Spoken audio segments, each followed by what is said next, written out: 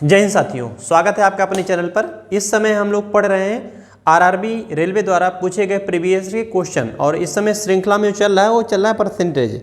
आज आपका ये परसेंटेज का 5वां लेक्चर है और इसमें हम एक ही तरह के क्वेश्चनों को रखे हैं। इसके पहले जितने भी आप 4 वीडियो देखे हैं उनमें क्वेश्चनों का जो ऑर्डर था वो एक जैसे ही क्वेश्चनों का रखा गया था, चारों में लगभग एक जैसे क्वेश्चन थे। आज भी उसी प्रकार से इसमें सब एक जैसे क्वेश्चन मिलेंगे। तो अगर आप 35 मिनट 30 मिनट की मान के चलिए 30 मिनट 32 मिनट का ही वीडियो बनेगा, तो 25-30 मिनट की वीडियो में आप इस टॉपिक को अच्छे से समझ जाएंगे। तो शुरू करते हैं। जो पहला क्वेश्चन देखिए कैसे बोला है, भुवन के वेतन में पहले 16% की क्या की गई, कमी, और बाद में 25% की गई वृद्धि। तो ऐसे सवालों में जब वृद्धि दिया हो, कमी दिया हो, वेतन में ही वृद्धि फिर कमी फिर वृद्धि ऐसे बोला हो, तो ऐसे में क्या करेंगे हम जो यूज कर सकते हैं, पहले हम बेसिक फार्मूला पढ़ा दें आपको, plus minus X plus minus Y plus minus X Y by 100। इसका भी इस्तेमाल कर सकते हैं जब दो बार परिवर्तन करता है, दोनों बार वृद्धि दिया हो, दोनों बार कमी दिया हो, एक बार वृद्धि एक बार कमी हो, लगा सकते हैं। दूसरे तरीके भी हैं, अभी हम सिखाएंगे, पहले हम यहाँ से करेंगे। 16% की कमी के लिए -16, 25% वृद्धि के लिए +25 और एक माइनस एक प्लस। आप देख रहे हैं यहाँ दोनों आए हैं तो प्लस माइनस का गुणा क्या होता है माइनस, क्योंकि यहाँ इंटू हो रहा है। 16 गुणे 25/100 ऐसे आप काटना चाहें तो काट सकते हैं। 25 के निम 25, 25 चौका 100 4 बार में, 4 के निम 4, 4 चौका 16 4 बार में कट जाएगा। -16 -4 -20 हो जाएगा और +25। तो आपको क्या फ़र्क पड़ रहा है, +25 में -20 करेंगे +5 आएगा और +5 आने का मतलब बोलेंगे 5% की क्या हो जाएगी, वृद्धि हो जाएगी। परिवर्तन जो आएगा 5% की वृद्धि, प्लस मतलब वृद्धि और माइनस मतलब कमी। तो इस फार्मूले में जो यूज किया गया है, प्लस वृद्धि के लिए लाभ के लिए यूज करेंगे और माइनस कमी या हानि के लिए इस्तेमाल करेंगे। तो आप ऐसे लगा लीजिए। एक बात बताएं हम आपको, जब डाटा पूर्णांक में हो, 10 15 20 17 19 23 ऐसे कुछ नंबर हो, दशमलव में ना हो, फ्रैक्शन ना हो, तो आप ऐसे सवालों में जैसे नंबर पूर्णांक में हो तो इसमें रखिए कि जल्दी आंसर आएगा। और हमें एग्जाम में आंसर से ही मतलब होता है, वहाँ बहुत स्मार्ट नहीं बनना है कि हम 4 तरीका लगाते हैं 5 तरीका लगाते हैं, नहीं, कोई मतलब नहीं उस चीज़ का, उस चीज़ की कोई मतलब है ही नहीं। हमें सिर्फ आंसर लाना है, टू द पॉइंट। ठीक है, अगला क्वेश्चन देखिएगा, इस क्वेश्चन को सीखिए। इसमें भी वैसे किया गया है, कह रहा बाइक के मूल्य में पहले 10% की वृद्धि की गई और फिर 10% की वृद्धि, माफ़ करिएगा, एक बाइक के मूल्य में 10% की वृद्धि की गई और पुनः इसमें 8% की वृद्धि की गई। पहले बढ़ा 10 और फिर 8 बढ़ा दिया गया, तो वृद्धि का प्रभाव नई वृद्धि में पड़ रहा है। तो सीधे सीधे आप मल्टीप्लाई फ्रैक्शन मेथड से भी लगा सकते हैं, फार्मूले से भी लगा सकते हैं। लेकिन हमने क्या सिखाया फार्मूला, तो जल्दी आंसर देगा। +10 +8 और प्लस प्लस का गुणा प्लस। देखिए यहाँ वृद्धि है, यहाँ भी वृद्धि है, तो प्लस प्लस का गुणा प्लस कर देंगे और 10 गुणे 8/100 कर देंगे। तो ये 0 से 0 कट जाएगा और 10 से भाग कराएंगे, 10 + 8 हो जाएगा 18 प्लस 8 में 10 से भाग कराएंगे 0.8 और जोड़ेंगे 18.8 हो जाएगा। ये प्रतिशत का क्या हो जाएगा, वृद्धि पूछा गया था, ये हमारा आंसर हो जाएगा।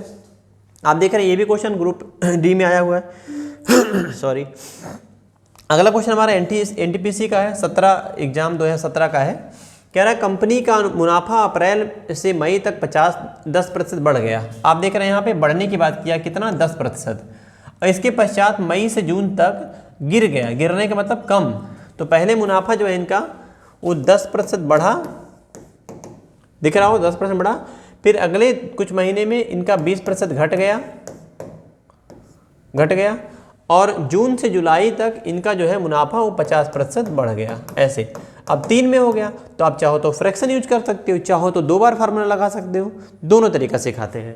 पहले फ्रैक्शन इसका याद होगा, 1/10 होता है, इसका 1/10 होता है, वृद्धि हो रहा प्लस, इसका 1/5 होता है, कमी हो रहा माइनस, इसका 1/2 हो रहा है। तो हम लिखेंगे कि अगर पहले 10 था तो अब हो गया 11, यहाँ लिखेंगे कि पहले 5 था तब हो गया 4, यहाँ लिखेंगे पहले 2 था अब हो गया 3, क्योंकि यहाँ भी बढ़ने की बात किया है। आप ऐसे कर लो, 2 से काटेंगे 2 बार में, अब 2 से चाहो तो इसको भी काट सकते हो 5 बार में। नीचे आ रहा है 5 गुणे 5 25 और ऊपर हो जा रहा है 11 गुणे 3 33। तो कितना बढ़ रहा है, 25 से 33 कितना बढ़ा है, 25 8 33 8 बढ़ा है। कितने से, चूंकि हमको क्या बताना है, प्रतिशत में बढ़ोतरी बताना है, तो वृद्धि तो हो रही है, प्रतिशत में कितनी हो रही है, पर प्रतिशत निकालने के लिए प्रीवियस डाटा से कंपेयर करते हैं। 8 से बढ़ के 33 हो गया, सॉरी 25 से बढ़ के 33 हो गया तो कितना बढ़ा, 8 बढ़ा। कितने से, 25 से। और परसेंटेज में चेंज करने के लिए 100 से मल्टीप्लाई करा देते हैं। 25 से करने में 25, 25 चौका 100, 4 8 हो जाएगा 32% ऐसे लगा लीजिए आप इस तरीके से। तो मुनाफे में जो बढ़ोतरी हो जाएगी वो 32% की हो जाएगी। अगर फार्मूले से चाहते हैं करने के लिए तब कैसे करेंगे, हम यही सिखा देते हैं आपको, देखिएगा। फार्मूले से अगर करना हो तब कैसे करेंगे, पहले इन दोनों का देखेंगे, इसको मिटाते हैं। और इन दोनों नंबर्स के साथ अगर आप देखेंगे तो +10 -20, एक प्लस एक माइनस तो माइनस होगा, 10 गुणे 20/100। फार्मूले से यूज कर लिए, 2 0 कट जाएगा, -2 -20, 10 -22 कितना आएगा, -12। -12% के साथ हम इस प्लस वाले को उतार लेंगे एक बार फिर से, +50 वाले को फिर से ले लेंगे, ऐसे इस तरीके से दोनों को ले लीजिए। अब इन दोनों को लगाने से एक रिजल्ट आया ना, 2 का मिला के 12% की कमी। तीसरे डाटा को फिर से यूज कर देंगे, एक बार अप्लाई करा देंगे, हमारा आंसर बन जाएगा -12 + 50, प्लस माइनस गुणा माइनस होता है, 12 गुणे 50/100। 50 सेकंड 50, 50 दूनी 100, 2 से भाग कराएंगे 6 बार में, -12 -6 -18 + 50, 50 में से 18 घटाएंगे 32 आएगा प्लस साइन के साथ, तो हम इसको बोलेंगे 32% की वृद्धि। ऐसे प्लस आएगा तो वृद्धि बोलेंगे, माइनस में आएगा कमी। तो फार्मूला में भी लगा सकते हैं, फ्रैक्शन से भी कर सकते हैं, मल्टीप्लाई करा के भी कर सकते हैं, बहुत तरीके होते हैं करने के। देखिए इस क्वेश्चन को सीखिए, किसी कर्मचारी के वेतन में पहले 15% की वृद्धि दर्ज की गई, 15% की पहले वृद्धि, उसके बाद 15% की कमी। लेकिन आप ध्यान देंगे तो जितना पहले बढ़ा था उतना ही अब घट रहा है। जब क्वेश्चन में वृद्धि जितना हो उतना ही कमी हो, जितना वृद्धि हो उतना ही कमी हो, तो ऐसे सवालों में क्या करना है आपको, आप अगर फार्मूला नोटिस करेंगे +-x +-y +-xy/100, तो x y अगर सेम हो जाएगा तो पहला दूसरा कट जाएगा, बचेगा क्या।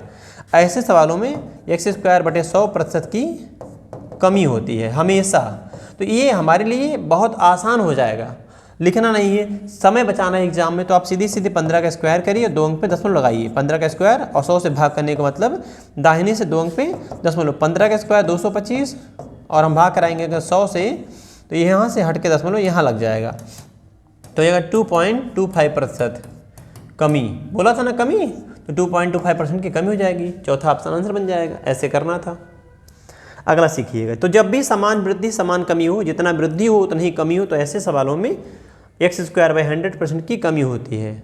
ऐसे अगला क्वेश्चन सीखिए। अब इसको देखिए, किसी वस्तु के मूल्य में 15% की कमी पर करने पर उसकी दैनिक बिक्री 25% की वृद्धि हुई। तो जो दाम घटाने से बिक्री बढ़ गई, एक दूसरे पे डिपेंड है, तो -15 + 25, -15 + 25 क्यों किया गया, कमी के लिए माइनस, वृद्धि के लिए प्लस यूज करते हैं। एक प्लस एक माइनस यहाँ दोनों होते हैं, 15 गुणे 25 बटे, ये 25 रहेगा, 25/100। अब इनको देखिएगा, -15 + 25 करेंगे, -15 में +25 करेंगे, +10 आएगा। इनका हम सॉल्व कर दिए, इनका हम सॉल्यूशन लिख दिए यहाँ पे। 25 गुणे 12 होता है 375, 25 पंजे 125, 5 हासिल 12 हो गया, 25 25 12 37, 100 से भाग करेंगे दशमलव यहाँ लग जाएगा। अब 10 में से 3.75 घटाना है, तो इसको आराम से घटाइएगा। आप 10 में से 4 घटा लीजिए, 4 कैसे, इसको 4 मान लीजिए, 10 में से 4 घटाएंगे बचेगा 6, लेकिन 4 ये है नहीं, तो कितना 4 से कम है ये 0.25%। तो हमारा आंसर बनेगा, प्लस में आ रहा है तो हम बोलेंगे 6.25% की क्या हो जाएगी, वृद्धि हो जाएगी। इसका ऑप्शन नहीं मिल रहा है, अच्छा ऑप्शन नहीं दिया है, ये भी परीक्षा का ही क्वेश्चन है। 6.25% की क्या हो जाएगी, वृद्धि। शुद्ध प्रतिशत प्रभाव ज्ञात करना है, तो क्या हो जाएगा, सेल पर वृद्धि हो जाएगी, उसकी लाभ हो जाएगा, लाभ हो जाएगा, बिजनेस में उसकी ग्रोथ आएगी। जो उसका इनकम था वो 6.25% या 25/4% बढ़ जाएगा, ऐसे था।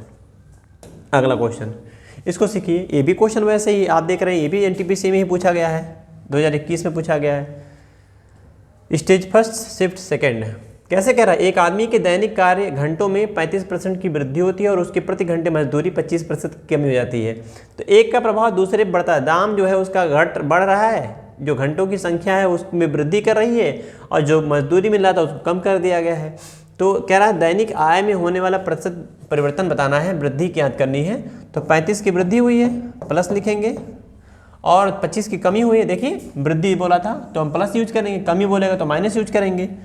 25 एक प्लस में एक माइनस में, एक वृद्धि एक कमी तो माइनस यूज करेंगे, प्लस माइनस गुणा माइनस होता है। 35 गुणे 25/100 ऐसे इस तरह से ये परसेंटेज में हमारा आंसर बन जाएगा। 35 में से 25 निकालेंगे बचेगा 10, प्लस में आएगा ये माइनस हो जाएगा, गुणा कराइए 25 पंजे 125 का 5 हासिल, 25 पंजे 105, 25 पंजे 125 का 25 हासिल 12, 25 से 75, 75 12 87, और 100 से भाग कराएंगे 10 यहाँ लग जाएगा। अब 10 में से इसको 9 घटा दीजिए, 9 बचेगा। आप समझिएगा 10 में से इसको 8 से ऊपर है ना तो 9 मान लीजिए, अगर 10 में से 9 घटाएंगे तो 1 बचेगा, लेकिन ये 9 है नहीं, 9 से कितना कम है 0.25%, ये प्लस में आएगा तो हम बोलेंगे उसका जो इनकम होगा 1.25% बढ़ जाएगा। इनकम है जी, इनकम आय ऐसे था, उसी पे लगा दिया गया। इसको फिर से सेम वही क्वेश्चन है, अब इसको दूसरे तरीके से भी हम समझ लेंगे, वैसे भी समझ लेंगे। पहले कह रहा है कि जो मूल्य है मोबाइल का उसमें देखिए कमी हुई है, कितने की 20% की, और फिर 10% की वृद्धि दर्ज की गई है, वृद्धि हुई है, एक बार कमी एक बार वृद्धि, तो +20, अच्छा -20 है, कमी बोला है, 20% की कमी किया गया है और फिर किया है 10% की वृद्धि। तो लगा लीजिए -20 + 10 प्लस माइनस गुणा माइनस होता है, 20 गुणे 10/100, इस तरह से आप लगा सकते थे। तो -2 यहाँ -20 -22 हो जाएगा और +10 आएगा, -12 हो जाएगा, 12%। तो ये बोलेंगे हम 12% की क्या हो जाएगी कमी। ऐसे एक तरीका तो ये होता है लगाने का। तो परिवर्तन क्या आएगा 12% का परिवर्तन आ जाएगा। दूसरा तरीका क्या होता है, अगर 20% की कमी बोला है और यहाँ 10% का वृद्धि बोला गया है तब कैसे कर सकते हैं। 20% कमी करने में इसका मतलब हो जाएगा, ये हो जाएगा 80% का मतलब होता है गुणा, नेक्स्ट में ये मल्टीप्लाई, 10 वृद्धि होने का मतलब है 110% हो जाएगा। आप देखिए 1% से 2 जीरो कट जाता है, काट दिया हमने, 11 गुणे 8 करेंगे 88%। आप सोचो वस्तु का जो इनकम आय होता है वो 100 मान के चलते हैं, 100 से कितना घट गया, ये 100 से कितना घट गया। तो आप अगर 100 से वेरिएशन चेक करेंगे कितना वेरी कर रहा है, कितना अंतर है, तो 88 100 से 12 कम होता है, तो 12% की कमी हुई है। ऐसे ये हमारा आंसर हो जाएगा। अगर ये 100 से बढ़ जाएगा तो हम वृद्धि बोलेंगे, 100 से घट जाएगा तो जितना घटा उतना कमी। अगर पहले व्यक्ति की आय 100 थी तो 100 से 88 हो गया, तो 100 से 88 मतलब 12 कम हुआ है, तो 12% की कमी आएगी। तो ये आपका परिवर्तन पूछा गया था, तो परिवर्तन उसकी इनकम में आएगी 12% की। अगला क्वेश्चन, अगला सीखिए। अब ये देखिए फिर से वही क्वेश्चन आ गया, संख्या में वृद्धि किया गया कितने का 40% का, फिर कमी किया गया 40% का। अभी सिखाया ना, जब सेम होता है तो x²/100 करेंगे और ये कमी आएगा हमारा, तो परिवर्तन कितने की आएगा, कमी आएगा, हमेशा ये कमी होता है। आप बताइए 40 का स्क्वायर कितना होता है, तो 40 का स्क्वायर याद है तो लिख दो ना सीधे सीधे, और 0.2 अंक दाहिनी तरफ से जोड़ दो, 40 का स्क्वायर 1600, और 100 से अगर हम भाग कराएंगे इसमें तो ये दोनों नंबर जीरो कट जाएंगे, ये आएगा 16% की कमी। 16% की कमी ऑप्शन नंबर चौथा। तो मेरा जो क्वेश्चन सीधे देने का मतलब बस इतना ही सिखाना आपको है कि एग्जाम में क्वेश्चन, ज़्यादातर क्वेश्चन बहुत नॉर्मल होते हैं, इजी होते हैं, इजी टू मॉडरेट होते हैं, हार्ड क्वेश्चनों की संख्या बहुत कम होती है। लेकिन अगर परीक्षा में आप मान लीजिए कि 30 क्वेश्चन मैथ का आ रहा है और 30 क्वेश्चन में से 7-8 क्वेश्चन भी कठिन हो गया, तो बच्चा यही कहता है कि पेपर टफ था, जबकि उसने अगर 7 क्वेश्चन मान लीजिए टफ दे दिया तो 30 में से 7 निकालिए, 23 क्वेश्चन आसान है ना, पहले उसको करो। लेकिन हम क्या करते हैं, कठिन सवालों के चक्कर में गोल गोल उसी में घूमते रहते हैं और समय हो जाता है ख़त्म। फिर बाहर आते हैं तो ये कंप्लेंट होता है, भाई समय कम पड़ गया, परीक्षा में सवाल तो आ रहे थे, कुछ सवाल फंसा दिए। तो जो सवाल फंसाते हैं उसको स्किप करके बेसिक क्वेश्चनों को जो आपके ऐसे आते हैं उन पे डिस्कस करना है, आपको उन पे फोकस करना है। एक बात और, आप देख रहे होंगे क्वेश्चन में जो डाटा दिया है बहुत सिंपल यूज किया गया है। इसके पहले जो थे, इसमें जो थे, तो हम क्लास में टेढ़े डाटा भी इस्तेमाल कराते हैं, बस आपकी प्रैक्टिस के लिए, शार्प स्पीड के लिए, कैलकुलेशन फास्ट करने के लिए। परीक्षा में जो क्वेश्चन आते हैं ज़्यादातर सवालों में डाटा बहुत पूर्णांक में होता है, बहुत जो है ऐसा न पतोला होता है कि कट जाएगा आसानी से कैलकुलेट हो जाएगा। कुछ सवालों में कैलकुलेशन थोड़ा सा हार्ड होता है, उनकी संख्या हम आपको बता दिए हैं कि आप मान के चलिए कि 5-6 सवालों में ऐसी स्थिति होती है, बाकी 25 क्वेश्चन के आसपास तो नॉर्मल ही रहेंगे आपके। अगला सीखिए मेरे साथ, इसको देखिए कैसे किया गया है। लंबा सेंटेंस है, आपको दिख रहा होगा। एक वॉशिंग मशीन का क्रय मूल्य टीवी के क्रय मूल्य से 40% कम है, जैसे बोला है वैसे हम लिख देंगे। कैसे बोला है, वॉशिंग मशीन, जो मशीन का मूल्य है वो टीवी के मूल्य से क्या है, टीवी के मूल्य से कम है, कितना है 40%। 40% का फ्रैक्शन याद होगा आपको, नहीं याद है तो हम साइड में बता देते हैं। 40% की फ्रैक्शन की बात करेंगे तो हम सिखाए थे आपको पिछले वीडियो में कि 2/5 होता है, 2/5 होता है।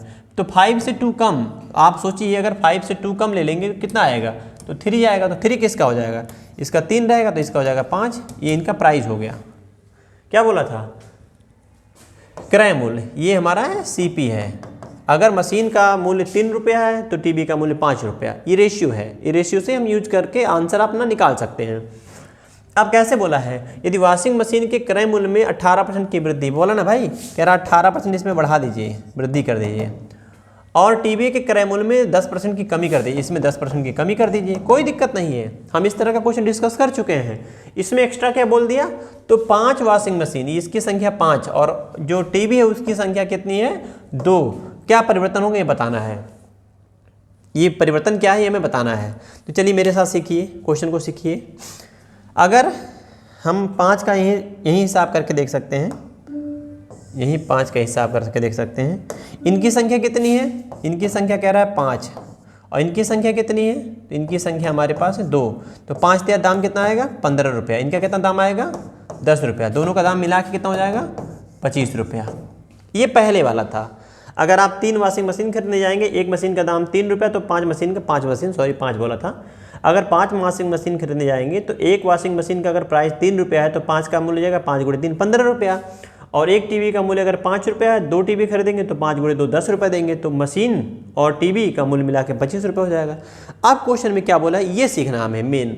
तो कैसे बोला 18% की वृद्धि, तो अगर 18% बढ़ रहा है तो इसका 18% निकलवाइए आप, कितना आएगा, हम कैलकुलेट करके देख लेंगे, कैलकुलेट करके। और यहाँ पे कितना है 10% की कमी किया है, तो 10% की कमी देख लीजिए, 10% की कमी, 10% की कमी।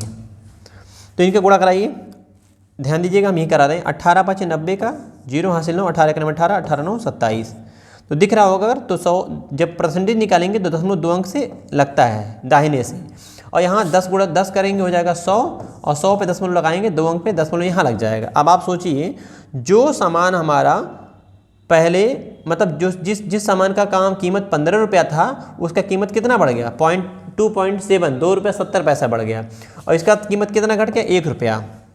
तो अगर +27 में से +1 घटाएंगे तो परिणाम क्या आएगा, तो आएगा +1.7। ये वृद्धि हो रही है, तो +1.7 जो वृद्धि हो रही है, कितने पे वृद्धि हुई है 25 पे हुई है। पहले 25 कीमत था, अब 100 से गुणा करा देंगे तो ये हमारा परसेंटेज में कन्वर्ट हो जाएगा। 25 से करने में 25, 25 चौका 100, 17 चौके 68, तो 6.8% क्या हो जाएगा, वृद्धि हो जाएगा। ये सवाल का उत्तर हो जाएगा 6.8%। तो 6.8% की हो जाएगी वृद्धि। देखिए वृद्धि है आपका, बस ऐसे क्वेश्चन था ये क्वेश्चन बड़ा इंटरेस्टिंग, बहुत अच्छा सवाल है, ये बीच में आ गया था। देखिए ये ग्रुप डी का पेपर है, ये थोड़ा सा अच्छे लेवल का सवाल है।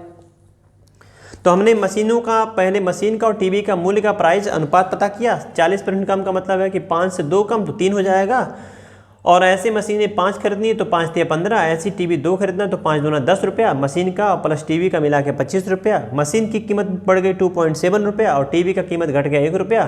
तो अगर 2.7 2 रुपया 70 पैसा बढ़ गया और 1 रुपया घट गया तो परिणाम क्या आएगा +1.7, यानी कि 1 रुपया 70 पैसा दाम बढ़ गया। कितने पे 25 पे, बस गुणा करा के चेक कर लिए। 6.8% की जो हो जाएगी वृद्धि हो जाएगी। परिवर्तन पूछा गया आपसे ऐसे। अगला इस क्वेश्चन को सीखिए, हम वैसे भी लगा सकते थे, इसके पहले भी कुछ क्वेश्चन थे वहाँ भी हम कैलकुलेट करके दिखाए थे। यहाँ देखिए 20% की वृद्धि हो रही है तो +20 लिखेंगे, 30 की वृद्धि हुई है +30 लिखेंगे। आप देख रहे हैं आदमी की आय पहले बढ़ी फिर से, तो आय में ही वृद्धि हुई और जो वृद्धि होके आई थी उसमें फिर से वृद्धि कर दिया गया, तो ++ 2 जगह यूज कर लेंगे। फिर ++ का गुणा प्लस होता है, 20 × 30/100 ऐसे यूज कर लीजिए आप, कोई दिक्कत नहीं, आप लगा सकते हैं। 0 0 से परसेंटेज कट जाएगा, 20 30 50 हो जाएगा, और प्लस 2 3 6, 50 6 हो जाएगा 56%। तो 56% का ये हो जाएगा परिवर्तन, वृद्धि। ऐसे दूसरा तरीका ये होता है क्वेश्चन करने का, जब आप सीख लिए हैं 20 बढ़ रहा है ना तो 120 लिख दीजिए परसेंटेज में, का मतलब गुणा होता है, फिर 130 लिख दीजिए 30% बढ़ाने पे। जितना बढ़ा रहा है 100 में जोड़ दीजिए, घटा रहा है 100 में से घटा लीजिए। पूर्णांक जब होता है तब, पूर्णांक नहीं होता तो फ्रैक्शन से कर लीजिए, चाहे फार्मूले से कर लीजिए, ठीक। 2 जीरो से परसेंटेज कट जाएगा। 13 गुणे 12 होता है 156, अगर याद है आपको तो 156 कितना बढ़ा यहाँ से 100 से बढ़ के 156 हो गया, कितना वृद्धि हुआ 56% का। तो ऐसे निकाल लेंगे हम, बस ऐसे कर लीजिए आप, आंसर आ जाएगा। अगला क्वेश्चन, इसको देखिए, चीनी की खपत, आप क्वेश्चन में हल्का सा परिवर्तन करके प्रतिशत ना देके किलोग्राम बोल दिया। चीनी की खपत 12 किलोग्राम से बढ़कर 15 किलोग्राम हो गई। अब प्रतिशत वृद्धि पूछा, ये लल्लू सा सवाल पूछा है। 12 से बढ़ के 15 हो गया दाम, कितना बढ़ा 3, कितने से, पहले 12 था, और परसेंटेज में बदलने के लिए 100 से मल्टीप्लाई कराते हैं। 3 निकले 3, 3 चौके 12 और 4 से भाग कराएंगे, 4 निकले 4, 25 चौका 100, तो हो जाएगा 25%। तो 25% की क्या हो जाएगी, वृद्धि हो जाएगा 25% का। ऐसे परिवर्तन वृद्धि में पूछा गया था। ऐसे देखिए, ये भी सवाल जेईई का है, 19 में आया था। अगला क्वेश्चन, इसको देखिए, अब ये भी क्वेश्चन सेम, अभी इस प्रकार से हम सीख चुके हैं। कमी के लिए माइनस यूज करते हैं और 20% वृद्धि के लिए प्लस यूज करते हैं। दुकान की बिक्री पर क्या प्रभाव पड़ेगा, तो ऐसे सवालों में 20 का स्क्वायर बटे 100% का परिवर्तन आएगा। 20 का स्क्वायर कितना होता है भाई 400, 400 में 100 से भाग कराएंगे तो 2 जीरो कट जाएगा ऐसे, तो बचेगा 4%। क्या बचेगा, ये कमी हो जाएगा। अभी हम सिखाएं आपको कि जब समान प्रतिशत में वृद्धि हो और समान प्रतिशत में कमी हो तो ऐसे सवालों में नुकसान होता है, कमी आती है x²/100 का। तो देखो आपका 4% की कमी, ऑप्शन नंबर फर्स्ट। तो ऐसे जब आप प्रैक्टिस कर लेंगे 4, 6, 10, 15 क्वेश्चन, तो आप परीक्षा में सीधे लगा देंगे बिना पेन उठाए ऐसे क्वेश्चनों को। इसको देखिए, क्रमांगत छूट 12% के 5% का। हालांकि अभी आप प्रॉफिट लॉस नहीं पढ़े, प्रॉफिट लॉस हो गया या फिर डिस्काउंट हो गया, उसमें इस तरह के क्वेश्चन मिलेंगे। यहाँ आ गया कोई बात नहीं। लाभ हानि और जो लाभ हानि होता है और डिस्काउंट होता है, ये भी प्रतिशत का ही एक रूप होता है, परसेंटेज का ही एक पार्ट होता है, कह सकते हैं आप। तो यहाँ कैसे बोला है, 12% 5% की छूट दी गई है और समतुल्य बट्टा बताना है, दोनों का मिला के कितना छूट। जैसे कहना जा रहा है कि एक दुकानदार है, कहता है कि हम आपको 12% का छूट देंगे, जब दाम घट जाएगा उस पर 5 फिर से देंगे। तो अगर आप पूछिए कि भैया हमको बताइए इकट्ठा कितना छूट देंगे, तो वो पूछा गया सवाल। समतुल्य मतलब होता है उसके इक्विवेलेंट, बराबर समतुल्य छूट निकालना। एकल मतलब एक छूट, कह रहा 2 छूट हमको नहीं चाहिए, हमको एक के छूट दीजिए, कितना देंगे, और जितना देते हैं उतना ही देना होगा। तो आप कैसे लगाएंगे, छूट का मतलब होता है दाम घटाना। -12% मत लिखते हैं, फालतू में क्यों लिखा जाए। 12 -12 फिर -5, छूट का मतलब होता है दाम कम करना, कम करने के लिए माइनस लगा दिए, और दोनों माइनस हो तो यहाँ हम यूज करेंगे प्लस। 12 गुणे 5/100।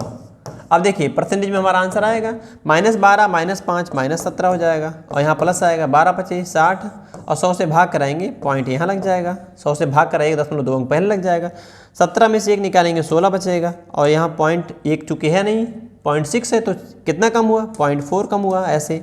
तो इसको हम बोले 16.4% की कमी, ऐसे इस तरह से 16.4% की कमी हो जाएगी। तो छूट कितने % की दी गई है, तो ये हम कमी ना बोल के इसमें बोलेंगे कि छूट दी गई है, छूट। इक्विवेलेंट डिस्काउंट, सक्सेसिव डिस्काउंट, ऐसे।